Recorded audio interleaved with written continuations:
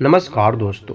एक बार भगवान शिव और माता पार्वती कैलाश पर्वत पर बैठकर आपस में विचार विमर्श कर रहे थे।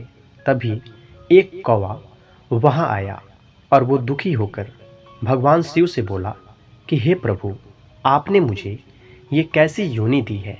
मैं इस योनि में जन्म लेकर बहुत दुखी हूँ। उसका ऐसा दुख भरा कथन सुनकर भगवान शिव उस कौवे से बोले कि इस योनि में तुझे क्या दिक्कत है। कौवा बोला, हे प्रभु, आप मेरा ये शरीर देख रहे हैं, ये बिल्कुल काला है और सभी लोग मुझे कौवा कौवा कहते हैं।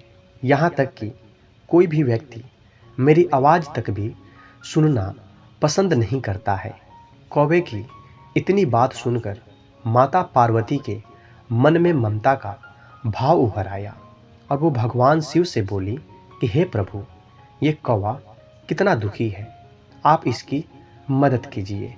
माता पार्वती की बात सुनकर भगवान शिव उस कौवे से बोले कि तुम क्या चाहते हो। तो वो कौवा बोला, हे प्रभु, मुझे किसी और योनि में परिवर्तित कर दिया जाए। कौवे की बात सुनकर पहले तो भगवान शिव ने उसको समझाने का प्रयास किया, लेकिन माता पार्वती ने भगवान शिव से कहा, हे प्रभु, इस कौवे को उसके मन मुताबिक योनि मिलनी चाहिए। माता पार्वती के कहने पर भगवान शिव ने कहा, ठीक है, लेकिन मेरी एक शर्त है। कौवे ने कहा कि प्रभु, आपकी क्या शर्त है। भगवान शिव ने कहा कि तुम मेरे सामने जिस भी योनि के जीव को लेकर आओगे, मैं तुम्हें उसी में परिवर्तित कर दूंगा। भगवान शिव की बात सुनकर कौवा बहुत प्रसन्न हो गया। अब वो किसी ऐसे जीव की खोज में निकल पड़ता है जो अपने जीवन में बहुत खुश हो।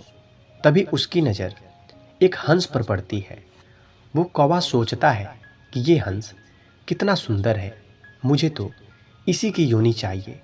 वो हंस से प्रार्थना करता है कि आपको भगवान शिव ने बुलाया है। कौवे के कहने पर वो हंस भगवान शिव के पास चला जाता है। वो हंस भगवान शिव को प्रणाम करने के बाद पूछता है कि प्रभु, क्या आपने मुझे यहाँ बुलाया है। भगवान शिव बोले कि हाँ, मैंने ही तुम्हें यहाँ बुलाया है। मैं ये जानना चाहता हूँ कि क्या तुम अपने जीवन में खुश हो। तो वो हंस बोला कि नहीं प्रभु, मेरा ये शरीर कितना कोमल है, लेकिन मुझे जिंदा रहने के लिए मोती अर्थात पत्थरों को खाना पड़ता है। मैं पत्थरों को खाकर ही जीवित हूँ। हे प्रभु, आप तो समझ ही सकते हो कि मैं ऐसे जीवन के साथ प्रसन्न कैसे हो सकता हूँ। प्रभु, आपने मेरे साथ ऐसा अन्याय क्यों किया। हंस की बात सुनकर भगवान शिव बोले कि ये कौवा तो समझ रहा था कि तुम सबसे सुंदर हो और अपने जीवन में बहुत खुश हो। हंस बोला कि नहीं प्रभु, मैं अपने जीवन से बिल्कुल भी खुश नहीं हूँ। भगवान शिव ने हंस से पूछा कि तुम्हें कौन सी योनि पसंद है। भगवान शिव के ऐसा पूछने पर हंस बोला कि मुझे तो तोते की योनि में प्रसन्नता दिखाई पड़ती है। वो जब चाहे और जहाँ चाहे वहाँ घूमता है। उसका रंग कितना सुंदर होता है। वो फल, मेवा, मिष्ठान आदि चीज़ें खाता है। वो कितना प्रसन्न रहता होगा। मुझे तो तोते की योनि बहुत पसंद है। हंस की बात सुनकर कौवा भी सोचने लगा कि तोते की योनि में ज़्यादा प्रसन्नता है। हंस तो वैसे ही दुखी है।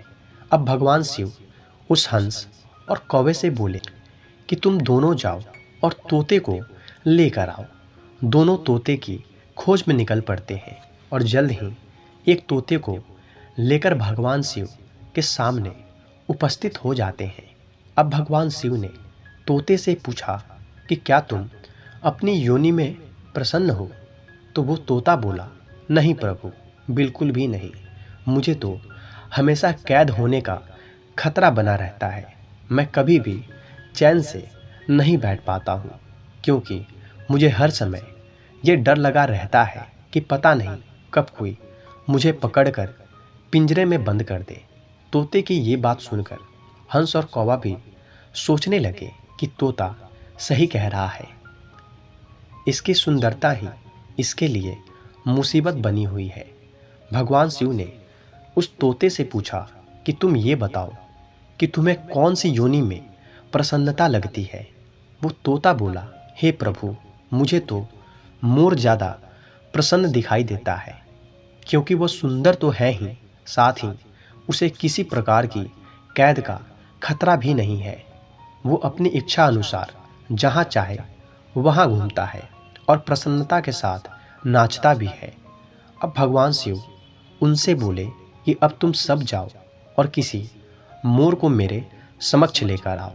वो तीनों भगवान शिव की बात सुनकर मोर की खोज में निकल पड़ते हैं और जल्द ही एक मोर को लेकर वो तीनों भगवान शिव के सामने उपस्थित हो जाते हैं। भगवान शिव ने उस मोर से भी पूछा कि मोर, तुम अपने जीवन में कितना खुश हो। वो मोर बोला, प्रभु, मैं अपने जीवन से बिल्कुल भी खुश नहीं हूँ। भगवान शिव ने पूछा कि ऐसा क्यों है। वो मोर बोला, हे प्रभु, इस योनि में होने के कारण मुझे सर्वाधिक कीड़े मकोड़ों और सर्प आदि को खाना पड़ता है। मेरे सुंदर पंखों के कारण लोग मेरी हत्या कर देते हैं, इसलिए मुझे तो हर समय अपनी मृत्यु का भय लगा रहता है। मोर की यह बात सुनकर कौवा, हंस और तोता तीनों सोच में पड़ गए और अब हर कोई सोचने लगा कि मैं तो सोचता था कि मैं ही सबसे ज़्यादा दुखी हूँ, लेकिन यहाँ इस संसार में तो जितने भी जीव जंतु हैं वो सभी अपने जीवन में किसी न किसी कारणवश दुखी हैं। ये सोचकर वो चारों भगवान शिव से माफ़ी मांगने लगते हैं। वो कहते हैं कि हे प्रभु, आप हमें जो समझाने का प्रयास कर रहे थे हम वो समझ चुके हैं। अब हमें ये पता लग गया है कि संसार में प्रत्येक जीव का दुख उसकी सोच पर निर्भर होता है। हे प्रभु, आपने जिसको जो कुछ भी दिया है वो उसकी आवश्यकता के अनुसार ही है, लेकिन जीव इस बात को समझ ही नहीं पाता है और अपनी तुलना दूसरों से करके दुखी होता रहता है। इतना कहकर वो चारों भगवान शिव से आज्ञा लेकर वहाँ से चले गए। भगवान ने प्रत्येक व्यक्ति के अंदर कुछ खूबियाँ और कुछ कमियाँ दी हैं। ये तो हर व्यक्ति की अपनी सोच पर निर्भर करता है कि वो अपने अंदर की खूबियों को देखकर अभिमान महसूस करता है या फिर अपनी कमियों को महसूस करके दुखी रहता है। तो दोस्तों, मैं आशा करता हूँ कि आपको ये कहानी ज़रूर पसंद आई होगी। तो कृपया इस वीडियो को लाइक, कमेंट, शेयर तथा इस चैनल को सब्सक्राइब करके घंटी ज़रूर दबा दें। फिर मिलते हैं अपने किसी अगले वीडियो में। तब तक के लिए जय श्री कृष्णा, राधे राधे, जय महादेव। धन्यवाद।